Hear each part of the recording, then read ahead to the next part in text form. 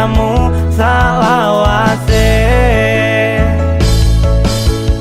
Aku wis lila senajan atiku iki citra.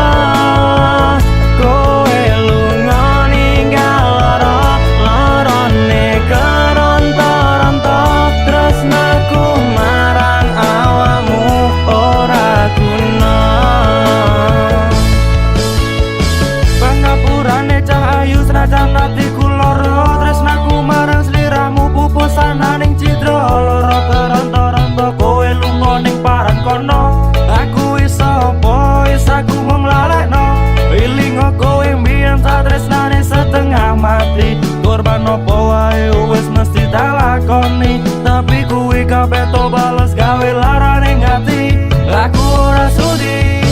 Wis tak leremke pikirku, wis tak cemparke hatiku. Ikhlas lahir batin sliramu ninggalke aku, yo mung ngelus dada kabeh mau wis tak trimo. Najan ati iki lara lambengku muni ra apa-apa yen kelingane semu brebes milih iloku. Bayangke kabeh janjimu sejare kepati namung kanggo awakku, nanging endinge citra kowe kandeng wong liya. Sabar atiku nampa ikhlas ati kowe lunga.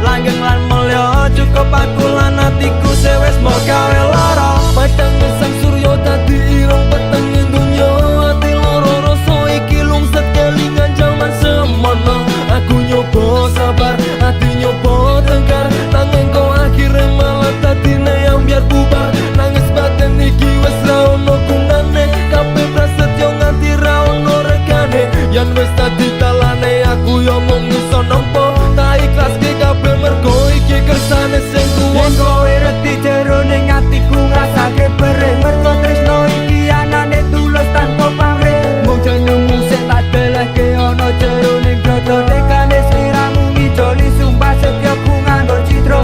Yen kudu udan terus sembusa rasa iki, yen kudu sorote srengenge le iso madani petenge atimu rikala isih gendong tresnaku. Aku wis kudu iso nglilake sliramu.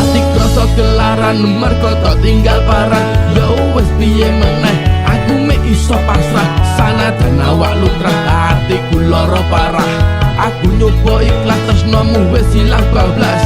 Udan tangis iki sik bakal dadi seksi, tak coba iso ngerti sanajan terus ning ati. Dong aku marang Gusti muga kowe iso balik, tetep tak ngapurani balimu sik tak enteni. Rungono